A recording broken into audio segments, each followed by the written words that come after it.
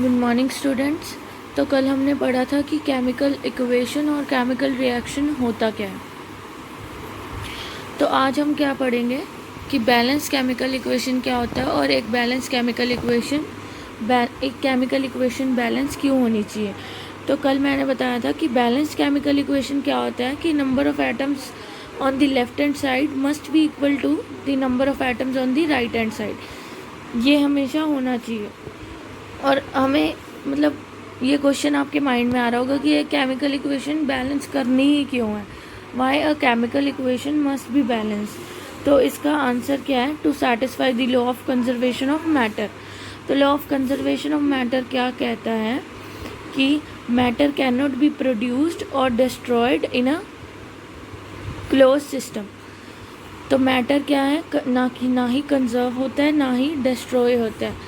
तो हमें क्या करना है, नंबर ऑफ़ एटम्स, इसलिए दोनों साइड पे एक रिएक्शन हो रहा है तो दोनों साइड पे नंबर ऑफ़ एटम्स इक्वल होने चाहिए।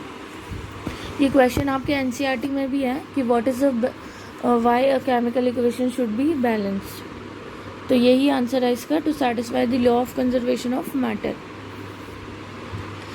और अब हम इस इक्वेशन से शुरू करेंगे कि बैलेंस करते कैसे हैं। What are the steps to balance a chemical equation. तो हमारे पास ये एक रिएक्शन है CH4 plus Cl2 gives us CCl4 plus HCl। तो अब मैं आपको सिंपल मेथड बताऊंगी बैलेंस करने का। सबसे पहले हम क्या करेंगे, जितने भी ये सब्सटेंस है इनके आगे बॉक्सेस बना लेंगे। मतलब कि इन बॉक्सेस बनाने से हमारा क्या मतलब है कि ये जो नंबर्स हैं 2, 4 हम इनमें कुछ भी चेंज नहीं कर सकते। हमें बैलेंस करने के लिए इसके आगे ही कोई नंबर लगाना पड़ेगा, नंबर ऑफ़ एटम सेम करने के लिए। तो उसके बाद हम क्या करेंगे, यहाँ लिख लेंगे हमारे पास कौन कौन से एलिमेंट्स हैं हमारे रिएक्शन में, left hand side and right hand side. Left hand side में हमारे पास क्या है, C है, कार्बन का मॉलिक्यूल है, ठीक है, हाइड्रोजन है हमारे पास, और Cl क्लोरीन है, ठीक है। और राइट हैंड साइड पे भी हमारे पास क्या है, C है, Cl है, H है, और यहाँ दोबारा से Cl है। तो ये तीन ही है, CH और Cl। उसके बाद हम लेफ़्ट हैंड साइड में यहाँ लिखेंगे कि हमारे पास कार्बन कितने हैं। तो यहाँ हमारे पास कार्बन कितने हैं, एक ही है। तो LHS में कार्बन एक ही है। और H कितने हैं लेफ़्ट हैंड साइड में, हाइड्रोजन कितने हैं, 4 हाइड्रोजन हमारे पास, यहाँ आगे 4 है तो हाइड्रोजन 4 है। उसके बाद Cl कितने हैं हमारे पास, Cl के आगे 2 है तो Cl के 2 एटम्स हैं हमारे पास। अब हम राइट हैंड साइड पे जाएंगे। राइट हैंड साइड पे हमारे पास कार्बन कितने हैं, एक है। Cl कितना है, 4 है, Cl4। और यहाँ कितना है, Cl एक है, 4 + 1 Cl हमारे पास कितने हो गए, Cl के 5 हो गए। अब हाइड्रोजन हमारे पास कितने हैं, हाइड्रोजन यहाँ एक ही है। तो अब हमें बैलेंस करने के लिए ये सारे एटम्स हमें इक्वल करने हैं कि C अगर यहाँ एक है तो यहाँ भी एक ही होना चाहिए। तो कार्बन हमारे पास यहाँ बैलेंस है क्योंकि number of atoms of carbon are equal on the left hand side as well as the right hand side. अब यहाँ हाइड्रोजन 4 है और यहाँ एक है, तो हमें इसको भी 4 बनाना है क्योंकि एटम्स हमें इक्वल करने हैं। और क्लोरीन यहाँ 2 है, यहाँ 5 है, तो हमें इसको भी इक्वल बनाना है। तो हम उसके लिए क्या करेंगे, सबसे पहले जो सबसे ज़्यादा, ये तो बैलेंस है, इसे हम छोड़ देंगे एक बार, तभी मैंने यहाँ टिक लगा दिया।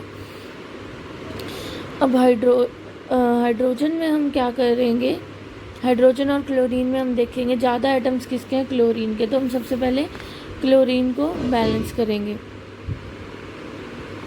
अब यहाँ क्लोरीन है 5 और यहाँ है 2, तो हमें इस 2 को हमें 5 बनाना है। तो हम क्या करेंगे, 2 को 2 से यहाँ 2 लगा देंगे तो 2 × 2 = 4, यहाँ 4 हो जाएंगे, यहाँ तो फिर भी 5 है। तो हमें यहाँ 5 बनाने के लिए क्या करना पड़ेगा, इसको 3 से मल्टीप्लाई करना पड़ेगा। 3 × 2 = 6। तो क्लोरीन के हमारे पास कितने एटम हो गए, 6 और यहाँ क्लोरीन कितना है 5, तो इसको भी हमें 6 बनाना पड़ेगा, तो हम इसके आगे भी 2 लगा देंगे। अब ये करने के बाद लेफ्ट हैंड साइड में क्लोरीन कितना हो गया हमारे पास 3 2 6, और राइट हैंड साइड में अब क्लोरीन कितना हो गया 4 और 2 6, तो क्लोरीन भी क्या हो गया बैलेंस हो गया। लेकिन यहाँ 2 लगाने के बाद क्या हुआ, हाइड्रोजन भी हमारे हाइड्रोजन के एटम्स भी 2 हो गए, और यहाँ हाइड्रोजन के कितने हैं 4।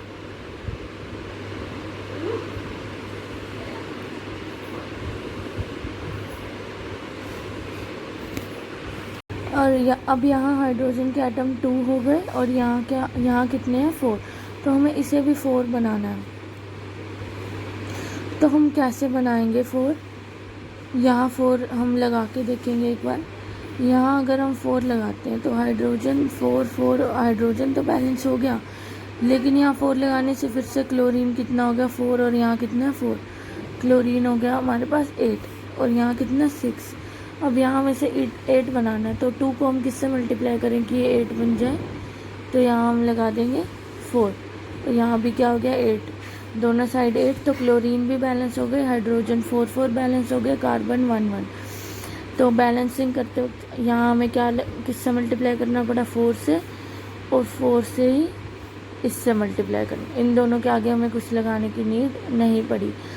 तो हमें सिर्फ बॉक्सेस बना के क्या करना है कि नंबर ऑफ़ एटम्स देखने, पहले एक को लेना है, उससे बैलेंस करना है, उससे दूसरा अगर चेंज हो रहा है तो फिर हमें दोबारा उसका नंबर चेंज करना है। बाकी कल मैं 2-3 एग्जांपल्स और आपको समझाऊंगी बैलेंसिंग की, ताकि आपको अच्छे से बैलेंसिंग समझ आ जाए।